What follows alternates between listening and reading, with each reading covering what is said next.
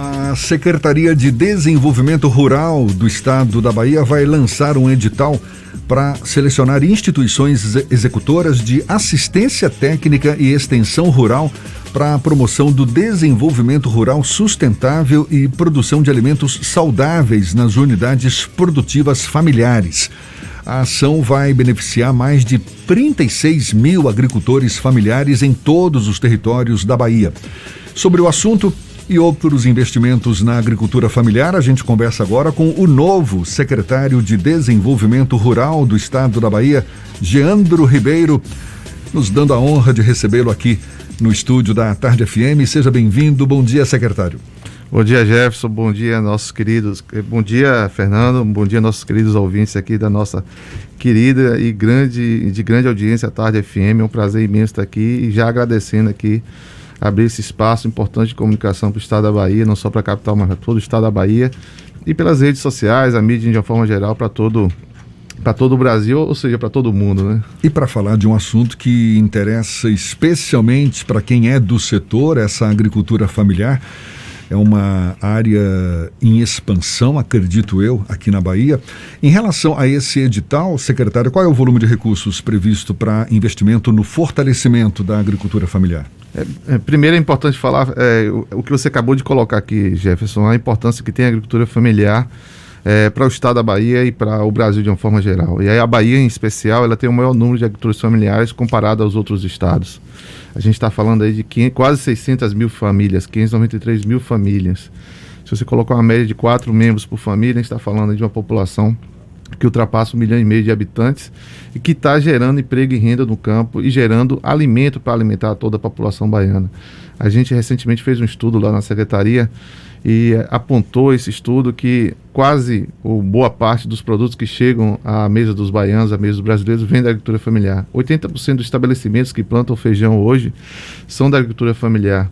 Mais de 80% dos estabelecimentos que plantam mandioca, que faz a nossa famosa farinha, são da agricultura familiar. 80% dos estabelecimentos que produzem leite são da agricultura familiar. Então, esse segmento da sociedade baiana tem uma importância gigante na economia baiana, mas também na geração de emprego e renda, na permanência dessa população no campo, e é por isso que o governo do estado da Bahia vem fazendo grandes investimentos.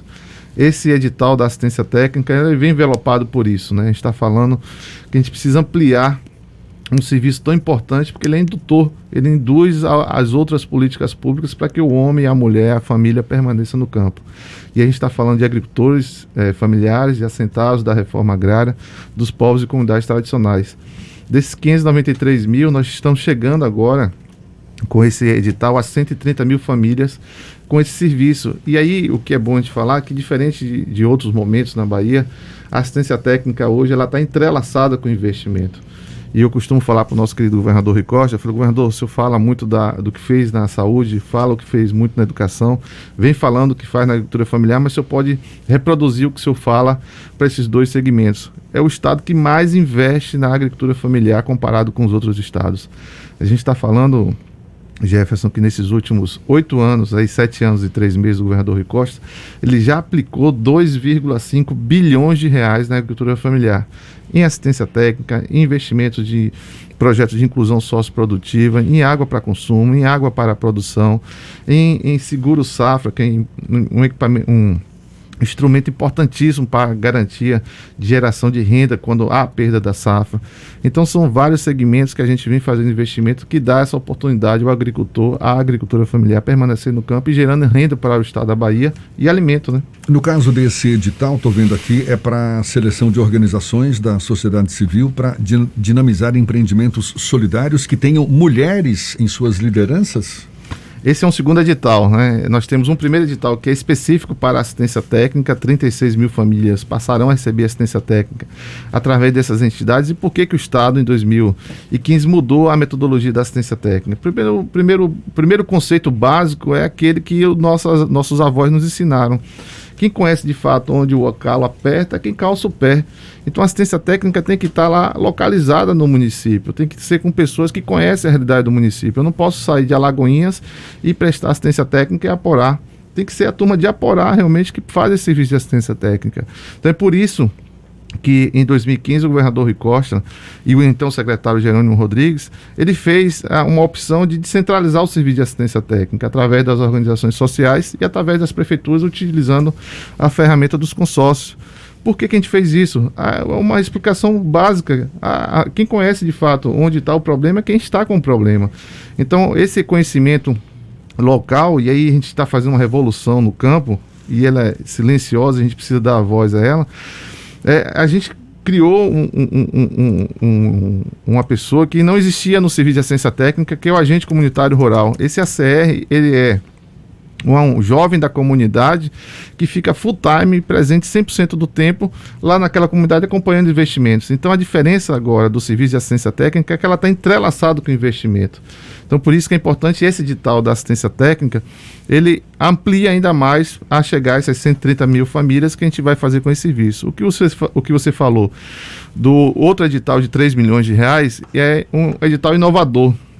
É uma relação com a secretaria, a SPM, a nossa querida secretária Julieta Palmeira, juntou com a SDR, com a expertise nossa de lançamento de editais, através da nossa CA, Companhia de Desenvolvimento e Ação Regional, e nós estabelecemos que iríamos apoiar projetos liderados por mulheres no campo que têm um poder de liderar muito forte, muito presente, e que a gente percebe que nos investimentos que a gente está fazendo nesses 2,5 bilhões, os projetos liderados por mulheres têm destaque e têm alcançado sucesso muito mais rápido, dada a dedicação das mulheres. Então nós inovamos agora, no último dia 30 de março, o governador, junto com a secretária Julieta Palmeira, lançamos esse edital oportunizando essas mulheres, líderes de empreendimento, a fazer investimentos na sua base de produção com projetos, e aí é uma diferença grande da atualidade, é que quem escreve sua própria história é a própria agricultura familiar, são eles. Então a gente lança os editais e eles apresentam os projetos. Maravilha. Fernando quer fazer uma pergunta também. Nesse processo de apresentação de propostas para os editais, a gente tem uma questão que é bem básica, que o trabalhador rural, a pessoa da agricultura familiar que está lá na ponta, ele não tem os conhecimentos necessários para participar individualmente desse processo. E aí entram as organizações sociais. E aí a gente sempre ouve a questão de como funciona a fiscalização da execução desses serviços. Há sempre até uma dúvida da sociedade como um todo, achando que o governo está investindo dinheiro na organização social que não necessariamente chega na ponta. Como é que funciona esse processo de fiscalização da execução desses recursos? E aí eu vou emendar também como isso acaba retornando para a população como um todo, como essa produção escoa para a população, que são duas coisas que de alguma forma têm um impacto social direto a partir desse tipo de iniciativa. Fernando, vou te agradecer essa pergunta, porque ela é fantástica, realmente. Ela traz aí um conceito novo de fazer política pública, né, que foi inaugurada na Bahia em 2007, e a gente tem aí uma ação que ela é entrelaçada com quem de fato precisa da política pública e de quem está executando. E o Estado da Bahia, ele é referência, o que a gente chama aqui das políticas territoriais. Então, o Estado da Bahia foi dividido em 27 territórios de identidade. É o único Estado que tem esse pertencimento, inclusive o censo que saiu, o censo 2006 já trouxe esse recorte, mas o 2017, o censo agropecuário de 2017, é o único Estado que tem esse recorte. Então, a partir desse conceito da territorialidade, nós definimos que todos os projetos passam por um conselho territorial para fazer a avaliação daquele projeto que foi escrito por essa comunidade, por essas organizações sociais. A gente se entrelaça a assistência técnica justamente para poder ajudar esses empreendimentos na escrita desses projetos. E para que ele chegue aqui, ele passa por algumas etapas. Uma das etapas é o Conselho Municipal de Desenvolvimento Sustentável, onde ele faz a primeira avaliação desses projetos.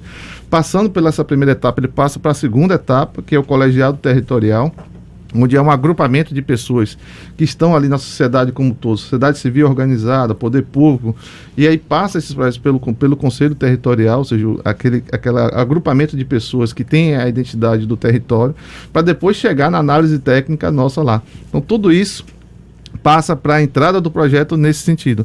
E a saída desse projeto, o acompanhamento desse projeto, a gente agora ontem nós ficamos até quase 10 horas na secretaria, onde a gente vai voltar agora, esse ano 2022, aos 27 territórios, apresentando já os resultados desses projetos. E aí eu falo para você, a unidade de beneficiamento de mandioca, que a antiga a gente chamava casa de farinha, a gente hoje não chama mais casa de farinha. É a unidade de beneficiamento de mandioca que nós construímos em Acajutiba, ela hoje funcionando para aquelas famílias que ali estão. Olha só o impacto dela, né? A gente conversou recentemente com o prefeito, mostrando o impacto daquele equipamento naquele município. Um investimento que o Estado fez ali, algo em torno de R$500 mil, estou arredondando para facilitar a conta. A gente fez investimento de R$500 mil, está gerando 80 empregos no campo, são pessoas que estão produzindo raiz de mandioca, porque a média de a área plantada por agricultor de 1 hectare e precisam de 80 hectares para viabilizar aquela casa de farinha. Eles estão com o serviço de assistência técnica prestado por nós junto com a prefeitura. Eles receberam esses investimentos e essa unidade de beneficiamento de mandioca, anualmente, só com o fabrico da farinha, gera mais de R$1 milhão na economia do município. Aí eu pergunto a vocês dois, Jefferson e Fernando. O agricultor que planta 1 hectare de mandioca, que ao fazer sua farinha, ao vender sua farinha no mercado local ou vender ali no entorno dele, Alagoinhas, Aporá, onde seja, quando ele recebe esse dinheiro, bota no bolso, ele vai gastar onde? No comércio de Acajutiba. Ele não vai sair dali para gastar em Alagoinhas.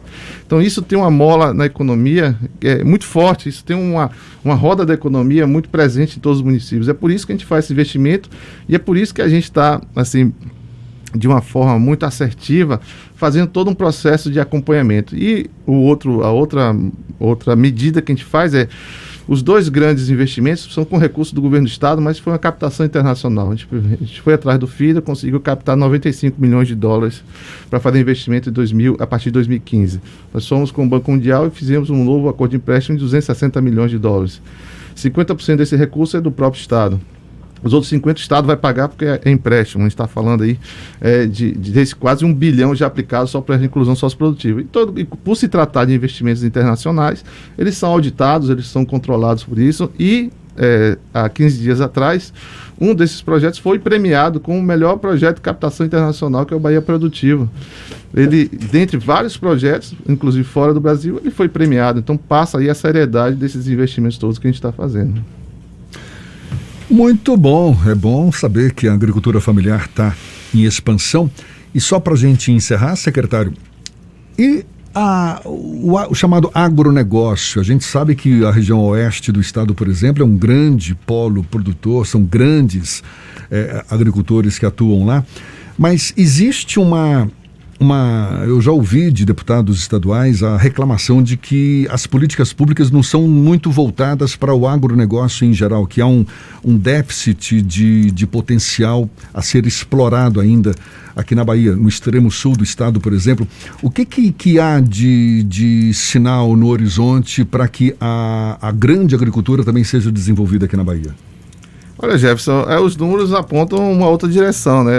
As safras na Bahia, elas apontam sempre crescimento. Então, e o ex-governador Jacques Wagner, atual senador da República, ele sempre fala, o agronegócio, ele caminha com as suas próprias pernas. O que o Estado tem que oportunizar é a infraestrutura para que haja escoamento da produção. E o governador teve no oeste da Bahia, o ano passado, 2021, fez uma reunião com as 2 associações que lá representam esse segmento, e as pautas foram muito positivas, os encaminhamentos da mesma forma.